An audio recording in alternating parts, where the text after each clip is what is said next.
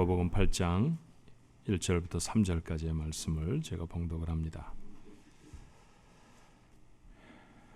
그 후에 예수께서 각 성과 마을에 두루 다니시며 하나님의 나라를 선포하시며 그 복음을 전하실새 12 제자가 함께하였고 또한 악귀를 쫓아내심과 병 고침을 받은 어떤 여자들 곧 7 귀신이 나간 자 막달라인이라 하는 마리아와 헤롯의 청지기 구사의 아내 요한나와 수산나와 다른 여러 여자가 함께하여 자기들의 소유로 그들을 섬기더라.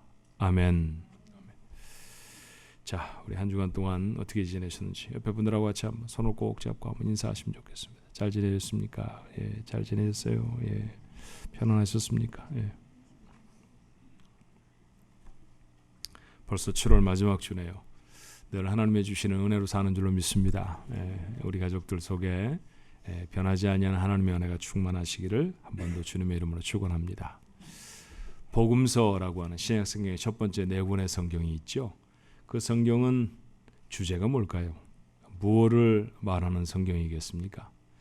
가장 간단하게 말을 한다고 하면 예수님이 하신 일들을 소개하는 것입니다.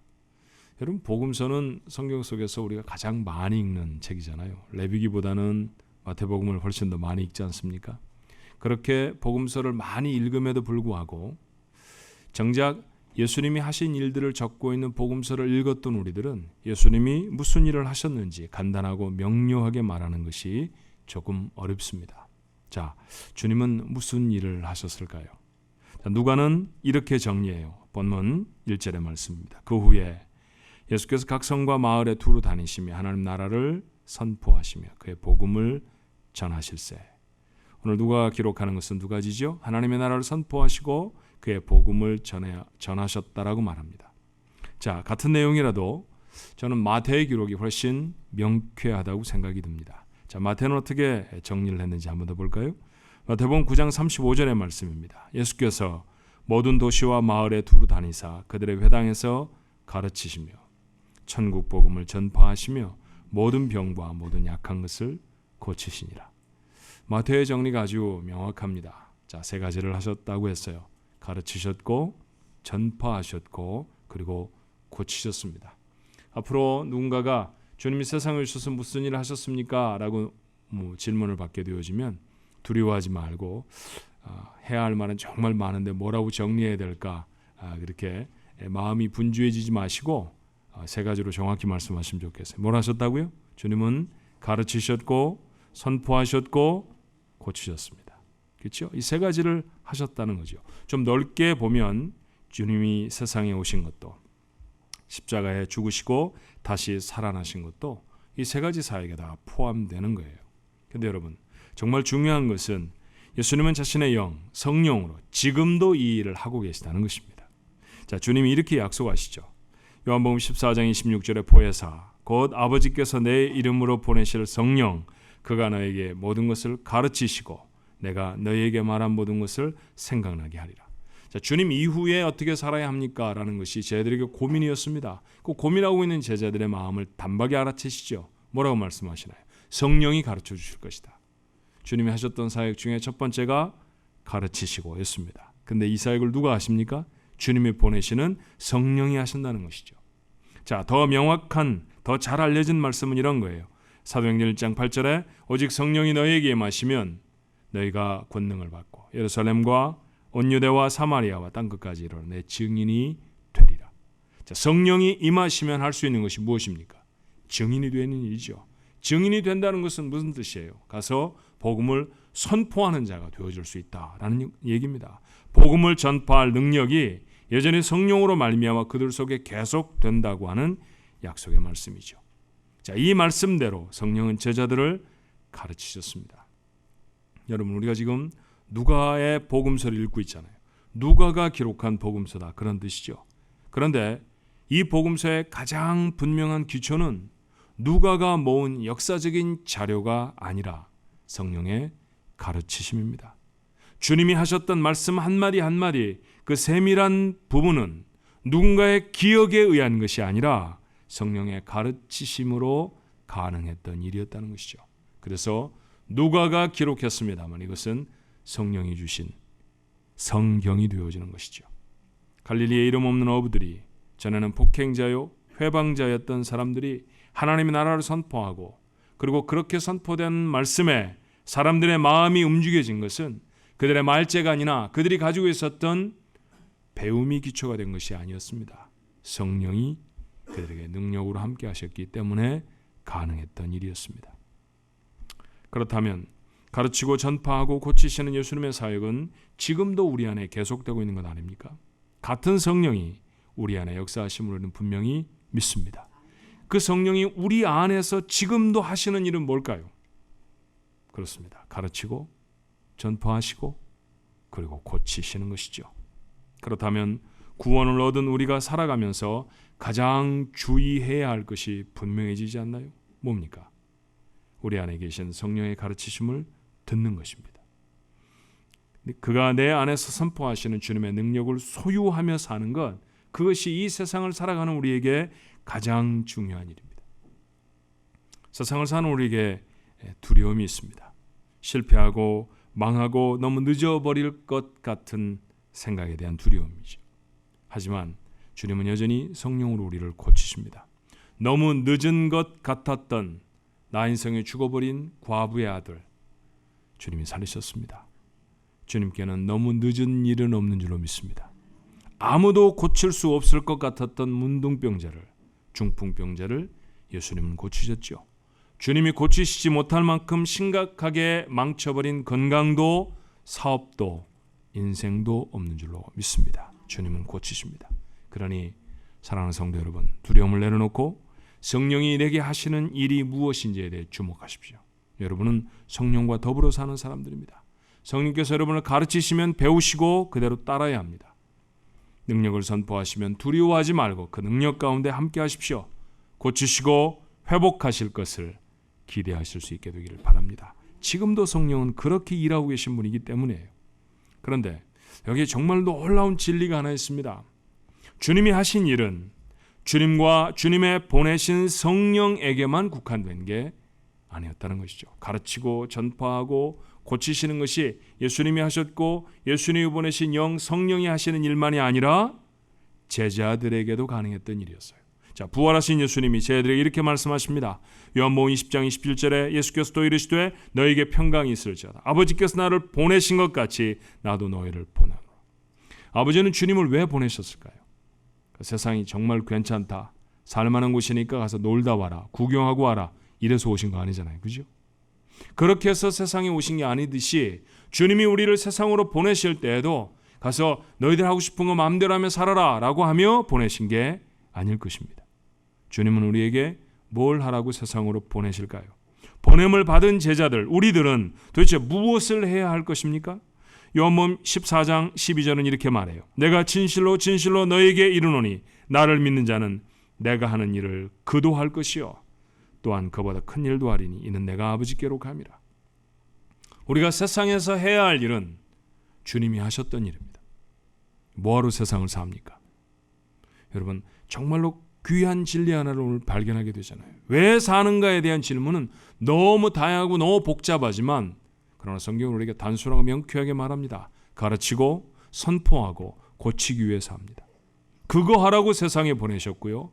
그거 계속해서 할 수 있도록 하기 위해서 예수 믿고 구원받은 다음에 바로 천국으로 데려가지 않으시고 여전히 세상에 남기셨습니다. 예수님이 하신 일 하라고 보내십니다. 가르치고 전파하고 고치시는 일이었어요. 주님은 우리가 주님보다 더 크게 할 것이라고 약속하십니다. 정말 그랬을까요? 자, 누가는 다음 장에서 이것이 어떻게 이루어지는지를 이렇게 증거해요. 자, 누가복음 8장 첫 번째 부분을 읽었는데 한 장을 넘기면 누가복음 9장 1절로 2절의 말씀이에요. 예수께서 12제자를 불러 모으사 모든 귀신을 제어하며, 이 사람들이 언제 귀신을 제어할 수 있는 능력이 있습니까? 제자로 부름받아서 세상으로 그들을 보내시며 그들 속에 심으셨던 능력이 귀신을 제어하는 능력이었습니다. 병을 고치는 능력과 권위였다고 했어요. 하나님의 나라를 전파하며 앓는 자를 고치게 하려고 내보내셨다고 했죠. 그렇게 보내셨습니다. 12제자 조금은 아시잖아요. 대부분 배움도 능력도 턱없이 부족한 사람들이었어요. 그들은 성공했을까요? 물론이죠. 그 결과를 6절은 이렇게 말해요. 제자들이 나아가 각 마을에 두루 다니며 곳곳에 복음을 전하며 병을 고치더라. 고기 잡던 사람들이었습니다. 세금 거두던 사람들이었고요. 돈이나 많아지면 입이 째지던 사람들이었습니다. 그런데 다르게 삽니다. 이게 제자들이었어요. 의과대학이라고는 문턱도 밟지 못한 사람들이 아무도 고치지 못하는 병을 고쳐냅니다. 체계적인 신학 수업 받지 못한 사람들이었죠. 그러나 사람들을 구원으로 초청함에 조금도 부족함이 없었어요. 기적입니다. 그래서 이들의 사역을 본 사람들이 깜짝 놀라죠. 그들의 놀람을 사도행전의 한 부분은 이렇게 표현해요. 사도행전 4장 13절로 14절에 공회원들의 놀람입니다. 그들이 베드로와 요한이 담대하게 말함을 보고 그들을 본래 학문 없는 범인으로 알았다가 이상히 여기며 또 전에 예수와 함께 있었던 줄로 알고 또 병 나은 사람이 그들과 함께 서 있는 것을 보고 비난할 말이 없었다고 했어요. 비난은커녕 깜짝 놀랐다는 얘기죠. 그들은 원래 공부를 못한 사람들이었습니다. 아니, 저 사람들이 어떻게 저렇게 말할 수 있을까? 어떻게 저 사람들 속에서 이런 능력이 나타날 수 있을까? 공회원들이 깜짝 놀랐습니다. 이유가 무엇일까요? 성령이 그들과 함께 하셔서 하나님이 주시는 능력으로 하나님이 하셨던 일들을 감당하게 되었기 때문입니다. 이렇게 살고 싶지 않으세요? 얼마를 살지 모르지만 남은 생에는 이렇게 기가 막히게 살았으면 좋겠습니다. 하나님의 능력에 붙잡혀서요, 사람을 고쳐내고 복음을 선포하고 이 세상을 가르치는 자가 되어지기를, 우리의 배움의 길이가 얼마든지 상관이 없이 세상에 교훈을 줄 수 있는 사람으로 선다는 것, 얼마나 신나고 멋지는 일일까요? 그런 인생으로 살려면 어떻게 해야 하겠습니까? 자, 예수님의 제자들이 이렇게 예수님이 하셨던 사역을 감당하기 위해서 꼭 해야 할 것이 있었습니다. 무엇이었을까요? 1절의 말씀으로 돌아가 봅시다. 누가복음 8장 1절에 그 후에 예수께서 각 성과 마을에 두루 다니시며 하나님의 나라를 선포하시며 그 복음을 전하실세. 12제자가 어떻게 했다고요? 함께하였고. 예수님이 예수님의 일을 하실 때 제자들은 그 주님과 함께 했습니다. 자, 본문의 말씀에는 12명의 제자 외에도 여제자들의 이름이 등장하지요. 막달라 마리아, 요한나, 수산나 이런 사람들입니다. 그런데 이들에 관해서도 누가는 이렇게 적어요. 3절입니다. 헤롯의 청기기 쿠사의 아내 요한나와 수산나와 다른 여러 여자가 함께하며 주님과 함께했습니다. 자기들의 소유로 그들을 섬기더라. 함께하는 것이죠. 그렇습니다. 예수님과 함께해야 이 놀라운 일을 감당할 수 있는 줄로 믿습니다.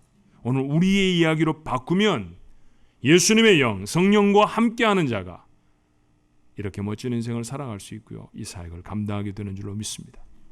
여러분은 어떤 사람들이십니까? 고린도전서 3장 16절에 이런 표현이 있죠. 너희는 너희가 하나님의 성전인 것과 하나님의 성령이 너희 안에 계시는 것을 알지 못하느냐. 여러분, 세상에서 존재하는 수많은 종류의 건축물이 있지만 건축물에 들어갔던 비용이나 또는 무슨 그 규모나 이런 것 말고요, 그것의 가치로 가장 귀한 건축물이 있었다고 하면 그건 두말할 것도 없이 템플, 성전입니다. 그렇죠? 이유가 무엇입니까? 그곳에 하나님이 함께 하시기 때문에. 하나님이 함께 하시는 것이 최고잖아요. 여러분, 혹시 워싱턴 DC라는 곳을 가보셨나요? 가셔서 보시면 가운데 큰 이렇게 공원이 있습니다. 내셔널 몰이라고 하는, 거기서 마틴 루터 킹이 그 유명한 I have dream이라고 하는 연설도 했던 그런 장소죠. 근데 그 몰 가운데 가면 큰 탑이 하나 세워져 있어요. 워싱턴 모니먼트라고 하는 300m가 넘는 높은 탑입니다. 그 꼭대기에 가면 전망대가 있습니다. 그 전망대로 사방을 둘러보면요, 연방 정부의 건물들이 다 있습니다. 어디는 국회 의사당이고, 또 어떤 곳은 백악관이고, 또 어떤 곳은 연방 조폐청이고, 이렇게 그 사방에 흩어져 있는 페더럴 빌딩들이 다 있죠. 근데 그걸 보면 어느 게 제일 작은 줄 아세요? 백악관이 제일 작습니다. 그렇지만 여러분, 가장 파워풀한 건물은 어떤 걸까요? 백악관입니다. 건물의 가치는 크기로 결정되는 게 아니에요. 그 안에 누가 있는가가 결정합니다. 국회의사당보다도, 스미소니언 박물관보다도 훨씬 작지만 사실은 권력의 산실은 그곳이죠. 왜요? 대통령이 그곳에 있기 때문입니다.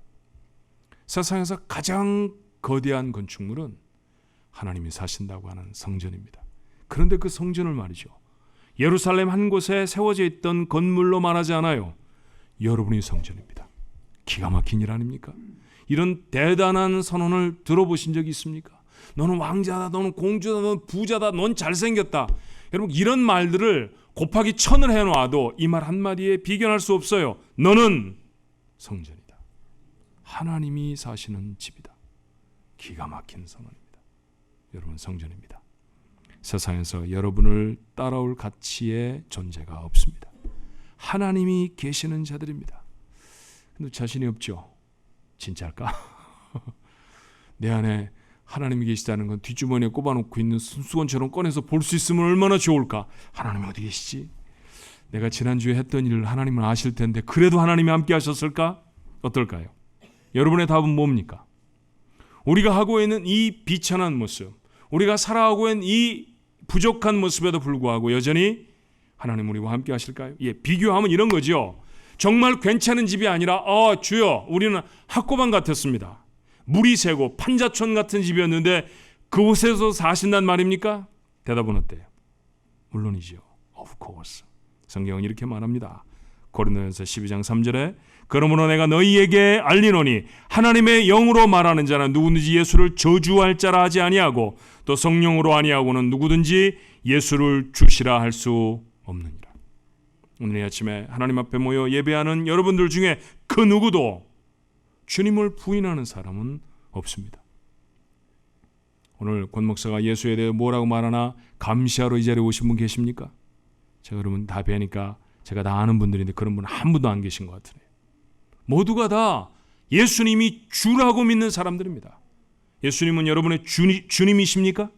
그렇게 고백하는 사람들은 그 안에 누가 있다고 말합니까? 성령이 있다고 말해요. 그러니 여러분 두려움 없이 믿으십시오. 여러분 안에 성령이 함께 하시는 줄로 믿습니다. 성령이 우리 안에 계시다는 사실을 우리가 표현하는 주님을 주라라고 표현하는 그 표현이 증거한다는 것이죠. 그런데 의문이 있잖아요. 이런 얘기를 나누고 보면 그래, 성령이 나와 함께 하시는데 근데 왜 나는 가르치지도 못하고 선포하지도 못하고 병을 고치기는커녕 내 병도 고침받지 못할까? 믿는 자 가운데 성령은 분명히 함께 하십니다. 함께 하시면 제자들이 예수님과 함께 하였을 때 예수님의 능력과 예수님의 하시는 일을 했던 것처럼 성령과 함께 하면 분명히 성령이 하시는 일이 여러분의 삶 속에 가능해져야 하는데 왜 가능하지 않은 걸까요? 곰곰 생각해 보면 성령이 여러분 속에 함께 하시는 수준이 좀 다릅니다. 자, 그 첫 번째 수준은 이런 거죠. 함께 하시기는 하는데 근심하시는 수준이 있습니다. 에베소서라고 하는 성경을 기억하시죠? 바울이 에베소 교회에 보낸 편지입니다. 자, 주목해 들으십시오. 어디에 보낸 편지라고요? 교회에 보낸 편지예요. 그러니 그 편지를 읽고 있는 사람들은 다 예수 믿는 사람들입니다. 다 그 안에 성령을 가진 사람들입니다. 그런데 그 말씀 중에 바울은 이렇게 질타하죠. 에베소 4장 30절에 하나님의 성령을 근심하게 하지 말라. 성령이 함께 하십니다. 근데 함께 하시는 성령이 내 안에서 역사를 하고 일을 하시는 것이 아니라 뭘 하신다고요? 근심하고 계십니다. 성령은 왜 하나님의 사람들 안에서 근심하실까요? 이 말씀은 이런 권고로 시작된 말씀이에요. 조금 앞절에 22절에 너희는 유혹의 욕심을 따라 썩어져가는 구습을 따르는 옛사람을 벗어버리고, 자, 다른 말을 다 젖히고 욕심이라는 단어 하나 여러분의 눈에 보이잖아요. 맞습니다. 예수를 믿었어요. 하나님의 사람이 되었습니다. 근데 여전히 무엇에 사로잡혀 삽니까? 욕심에 사로잡혀 삽니다. 욕심에 사로잡혀 사는 사람 안에 계신 성령은 무슨 일을 하십니까? 근심하신다고 했다라는 얘기죠.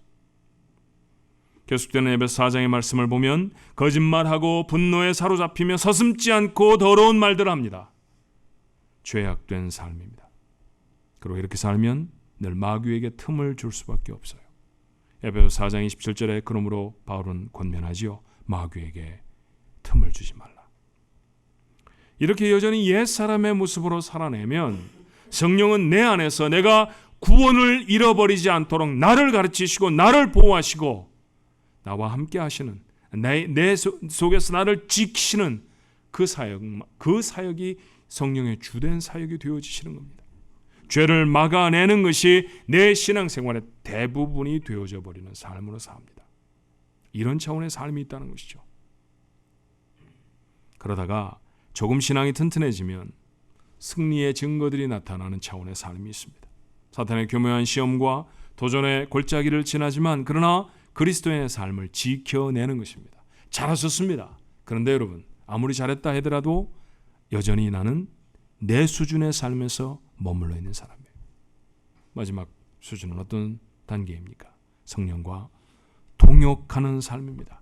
함께 하시는 성령이 나를 통해 세상에 능력을 나타내시는 삶입니다. 자, 좀 전에 나눴던 말씀을 다시 볼까요? 사도행전 1장 8절에 오직 성령이 너에게 임하시면 너희가 권능을 받고 예루살렘과 온 유대와 사마리아와 땅끝까지 이르러 내 증인이 되리라 하시니라. 여러분, 성령이 내 속에 권능으로 임할 때 그 권능은 나를 위한 것입니까? 아니면 나를 둘러싸고 있는 세상을 위한 것입니까? 하나님의 능력이 나타나는 삶은요, 자신의 문제에 묶여있는 삶이 아닌 것이죠. 누군가에게 복음을 전파하고 누군가의 인생을 살려내고 누군가에게 희망이 되는 삶으로 살아갈 수 있는 것입니다. 예수님이 우리에게 원하시는 성령과 함께 하시는 수준의 삶은 이런 수준의 삶입니다. 늘 넘어지고 실패했다가 다시 일어서는 그런 삶의 수준을 넘어서서 영적 전투에도 승리하고 성령의 동역자가 되어져서 성령의 능력을 세상에 나타내는 삶, 그래야 주님보다 더 큰 일도 하실 수 있지 않겠습니까? 자, 본문은 그런 삶을 살아갈 수 있는 중요한 힌트 하나를 우리에게 줘요. 누가복음 8장 2절로 3절의 말씀을 주의 깊게 읽어볼까요?